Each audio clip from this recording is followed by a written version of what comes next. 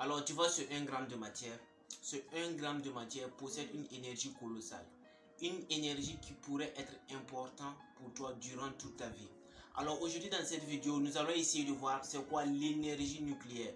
Pourquoi la bombe atomique libère autant d'énergie. D'où provient cette énergie. Donc nous allons essayer de démontrer ça dans cette vidéo. Donc on se retrouve sur mon tableau pour faire des équations. Tu sais que pour faire la physique, il faut des équations. La physique sans les équations, c'est pour parler. Donc let's go. Alors donc on se retrouve devant mon tableau pour parler de cette énergie nucléaire, d'où provient cette énergie nucléaire. Donc je vais essayer de t'expliquer ça. Mais pour expliquer ça, je vais utiliser deux concepts. Je vais parler d'énergie potentielle et de potentiel électrique. Donc pour me suivre, tu dois d'abord maîtriser, savoir c'est quoi le potentiel électrique, savoir c'est quoi l'énergie potentielle. Donc aujourd'hui dans cette vidéo, moi je vais supposer que tu maîtrises déjà ces deux concepts et je vais partir de cette supposition pour faire la démonstration. Mais si tu sais que tu ne maîtrises pas ces deux concepts, ça ne va pas t'empêcher de suivre la vidéo pour voir où je vais aboutir. Mais si tu veux que je t'explique ces deux concepts, c'est quoi l'énergie potentielle et c'est quoi le potentiel électrique, n'hésite pas à me dire dans le commentaire et je ferai ça avec un grand plaisir. Donc et maintenant, je dis que je vais parler du potentiel électrique et de l'énergie potentielle. Alors si on parle d'énergie nucléaire, d'abord il faut connaître qu'on dit, écoute bien, on a dit énergie nucléaire. Et dans le nucléaire, tu attends quoi? Dans le nucléaire, on attend des nucléons. Donc, on parle d'énergie qui est au niveau du noyau, c'est-à-dire des protons et des neutrons. Donc, si nous prenons le noyau, on aime dessiner ça comme quelque chose qui est comme ça. Hein? Comme ça, on a les protons, les neutrons ensemble. Hein? Et moi, ce que je vais faire, c'est que pour faire la démonstration, je ne vais pas considérer le noyau totalement. Je vais considérer deux protons. Donc, je vais prendre deux protons. Donc, je vais considérer deux protons. Voici un proton et voici l'autre proton qui est situé à l'infini. C'est l'exemple que je prends qui est situé à l'infini. Donc, ça, je vais appeler ça Q. Et ça, je vais appeler ça Q0. Voilà. L'autre proton est situé déjà, tu vois, à l'infini. C'est l'exemple, c'est une supposition. Donc, ce que je veux faire, c'est que je vais dire que ce proton que tu vois ici là, ce sont des protons, ils sont chargés positivement plus, tu vois, plus. Donc ce proton que tu vois ici là, il crée autour de lui ce que l'on appelle un potentiel électrique. Un potentiel électrique. Et le potentiel électrique là, c'est intimement lié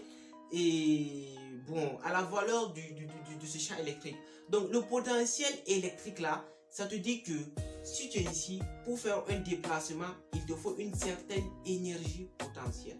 Le potentiel électrique, c'est une tension. Voilà. Ça veut dire que le potentiel électrique ici veut dire que si je veux déplacer cette charge depuis l'infini jusqu'à un niveau donné, par exemple ici, voilà, ici, jusqu'à ici, je vais dire jusqu'à cette position-là. Donc je vais mettre un axe comme ça, que j'ai appelé OX. Donc si je veux déplacer cette charge depuis cette position jusqu'à ici, ça veut dire que je vais dépenser une certaine énergie. Puisque je dois combattre cette force, il y a une force électrique qui est ici, il y a une force électrique. Si je veux rapprocher ce proton-là, tu vois, de ce proton-là, comme ils sont chargés positivement, tu vois qu'il y a une force de répulsion. Donc plus je me rapproche, plus cette force de répulsion devient très importante. Une force électrique qui repousse ce second proton Q0. N'est-ce pas? Voici la force électrique. Donc je crois que je vais colorer ici les protons en rouge. Comme ça. C'est ce qu'on aime faire d'habitude. Comme ça. Voilà, tu vois, j'ai rapproché les deux protons là. Donc, le potentiel électrique créé par le proton que je suppose ici qu'il est immobile. Voilà, depuis le départ, je dois dire ça. Je suppose que le proton qui est ici, là, c'est un proton qui est immobile. Donc, il crée un potentiel que l'on appelle d'habitude V de R. Et si tu vois même dans la miniature de la vidéo, j'ai parlé de V de R. Donc, que l'on appelle V de R. Et V de R, ça fait Q sur 4 pi epsilon fois R. N'est-ce pas? Maintenant, ça, c'est le potentiel électrique créé par ce proton qui est ici. Et ce potentiel électrique traduit que pour faire des déplacements, on a certains bilans énergétiques qu'on doit faire. C'est ce que ce potentiel électrique veut nous dire. Le potentiel électrique, ce sont des joules par coulomb. C'est-à-dire, pour déplacer une charge, j'ai besoin de combien de joules par coulomb. C'est ce que le potentiel électrique veut dire. Donc ici, je ne vais pas m'attarder sur ça. Donc, ça, c'est V de R est égal à Q sur 4 pi epsilon 0 R. C'est le potentiel créé par cette charge. Et maintenant, moi, j'ai cette charge qui est ici, une charge positive. Et je te dis que je l'ai déplacée. Donc, j'ai combattu, j'ai mis une force. J'ai combattu ça. La force électrique qui devient de plus en plus intense. Je l'ai combattu et je l'ai ramené à proximité de ce premier proton qui crée ce potentiel électrique. N'est-ce pas? Et maintenant, pour trouver l'énergie, le travail, parce que j'ai effectué un travail, j'ai fait déplacer une force, pour trouver l'énergie qui correspond à ce déplacement-là, à cette force qui a travaillé, il suffit de multiplier ici par Q0, par Q0, donc Q0, donc ici aussi ça devient Q0 fois Q. Et comme les protons ont les mêmes charges là, ça devient Q carré sur 4 pi epsilon 0 R. Et ça, c'est égal à l'énergie potentielle. Alors, souvent, d'habitude, vous pensez que si on dit énergie potentielle, on doit parler, bon, je sais pas, seulement d'énergie potentielle dans le domaine de la gravitation. Donc, c'est pas ça. L'énergie potentielle, ça vient du, je crois que ça veut dire potentiel. L'énergie potentielle veut dire énergie de pouvoir. Ça veut dire que le fait que j'ai déplacé seulement la particule, le proton d'ici, alors ça veut dire que le fait seulement que j'ai déplacé la particule de là, d'une position donnée, de l'infini jusqu'à ici là, et cette particule a conservé une certaine énergie. Voilà, plus que la force, j'ai dit que la force électrique là, c'est une force fondamentale, donc elle se conserve. Donc le fait d'être ici là, voilà, on a de l'énergie cinétique qui s'est transformée en énergie potentielle. Donc ici, la particule possède une simple énergie potentielle. Donc je vais écrire ça, voici, on a EP, ça fait Q carré, comme c'est Q0 fois Q, et Q0 c'est égal à Q, donc ça fait Q carré sur 4 pi epsilon 0 fois R, n'est-ce pas? Donc j'espère que tu comprends. Et maintenant, moi ce qui me concerne ici, c'est que je vais te démontrer d'où provient cette énergie nucléaire, n'est-ce pas? C'est ce que je vais te démontrer. Donc je vais considérer que les distances là, parce que ce R là, c'est cette distance qui va séparer les deux ici. Donc je considère que ce R là, c'est la distance dans le noyau atomique. Donc je vais dire que c'est la distance. Donc je suis en train de dire que je suis en train de te montrer d'où provient l'énergie nucléaire. Donc je vais considérer que nous sommes dans un noyau. Et ça on peut dire même que c'est le cas pour, je crois que c'est l'atome d'hélium. Donc mais ici, bon, nous sommes en train de considérer seulement que nous sommes dans un noyau. Et donc je considère que ça là, nous sommes dans un noyau et que la distance R dans le noyau atomique, c'est-à-dire dans le noyau atomique, la distance R là, c'est égal à peu près 10 moins 14 mètres. Certes, on a des protons qui sont plus rapprochés que ça. Donc on peut avoir 10 moins 15 mètres. On a des protons qui sont plus rapprochés. Mais je vais considérer la moyenne qui est 10 moins 14 mètres. Est-ce que tu me comprends? Donc je vais considérer ça pour faire mes différents calculs. Voilà, et calculer l'énergie qu'on a ici. Donc je dis que EP, pour calculer ça, et le 1 sur 4 pi epsilon 0 là, tu connais ça quand même. Le 1 sur 4 pi epsilon 0, c'est une constante. Et ça fait 9 10 puissance 9. Donc ici, on va dire que ça fait 9 10 puissance 9 Q carré, qu'est-ce que j'ai envie? Q carré sur R. N'est-ce pas? Donc tu vois, c'est pas difficile. Et donc je vais dire que l'énergie potentielle, c'est donc égal à 9 10 puissance 9 multiplié par Q carré. Donc ça fait 9 10 puissance 9 fois Q carré sur R. Et ça fait 9 10 puissance 9 10 puissance 9 fois 1,6 10 puissance moins 19 au carré sur R. N'est-ce pas? Et R, j'ai dit que ça fait 10 puissance moins 14 mètres.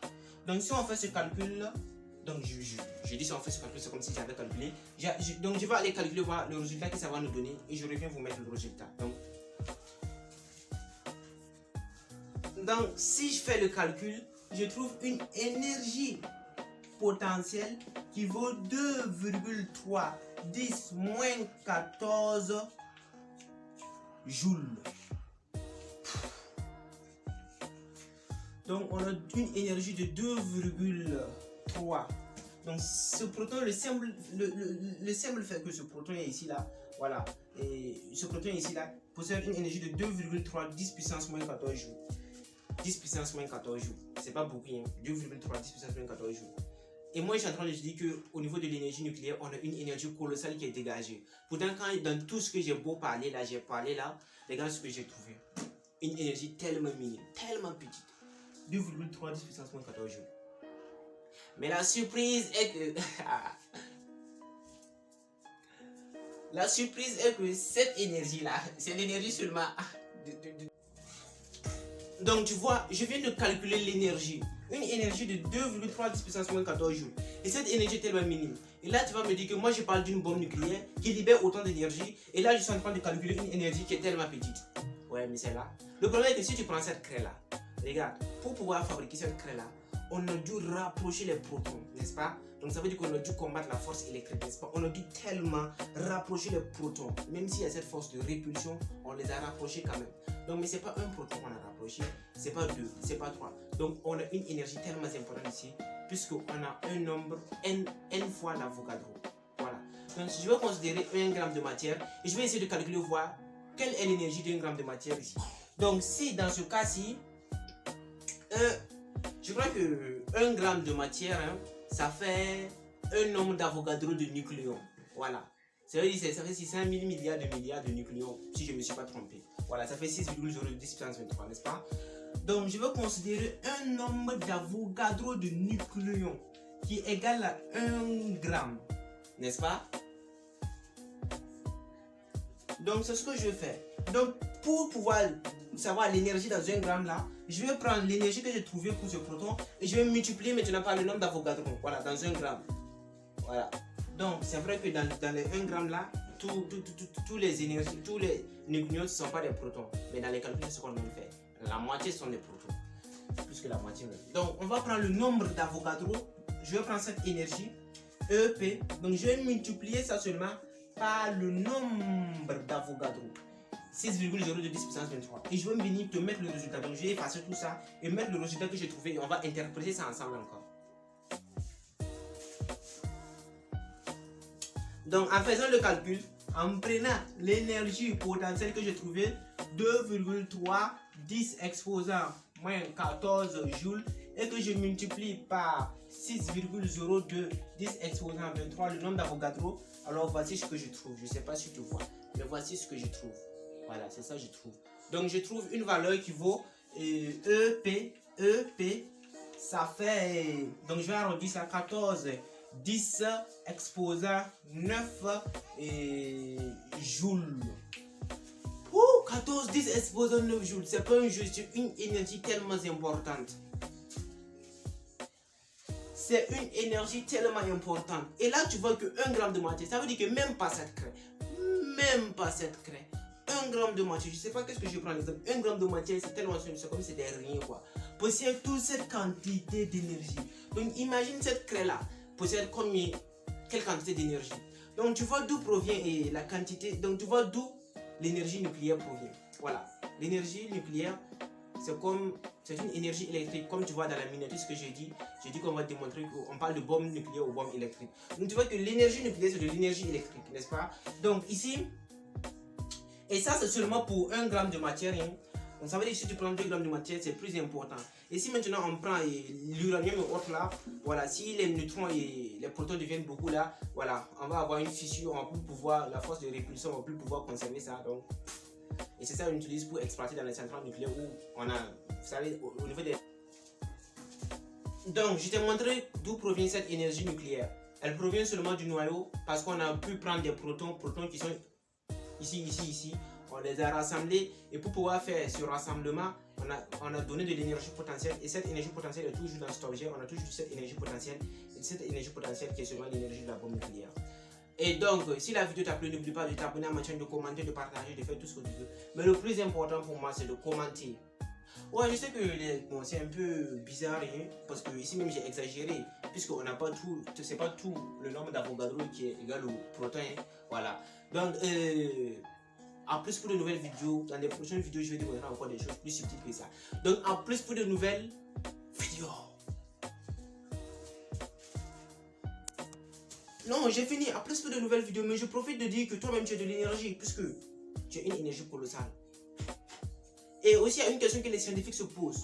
Pourquoi, si dans 1 gramme de matière on a autant d'énergie, il y a des physiciens qui se posent que pourquoi si dans 1 gramme de matière on a autant d'énergie, pourquoi on a besoin de manger beaucoup? Alors pourquoi? Dis-moi dans le commentaire ce que tu penses. Pourquoi j'ai besoin de manger autant si dans 1 gramme de matière il y a autant d'énergie? Pourtant moi je mange plus que 1 gramme. Voilà, les gourmands mangent plus que 1 gramme.